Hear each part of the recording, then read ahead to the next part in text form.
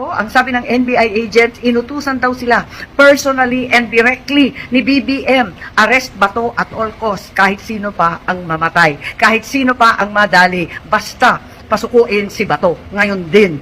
Noong gumawa nito, walang pumasok na tigalabas na sundalo, na militar, na NBI sa Senado.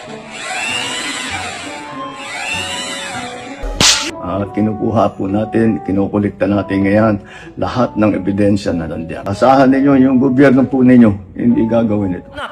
Nung dumating, tatanungin natin bakit siya nandito. Pambihirang buhay ito. Sana mga mahal kong kasama, bagamat tayo ay magkakaiba ng kulay sa politika, pagdating dito sa ating bulwagan, proteksyonan natin ang Senado. Hindi dapat pinapayagan natin sa labas ng gate natin, may nagche-checkpoint.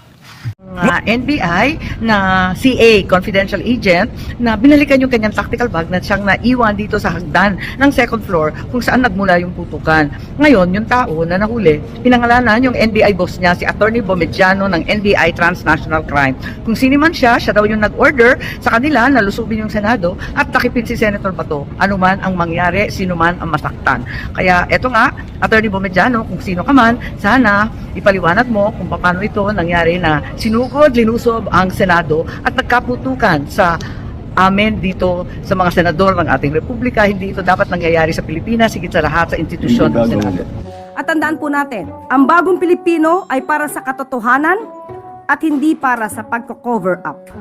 Pwede na!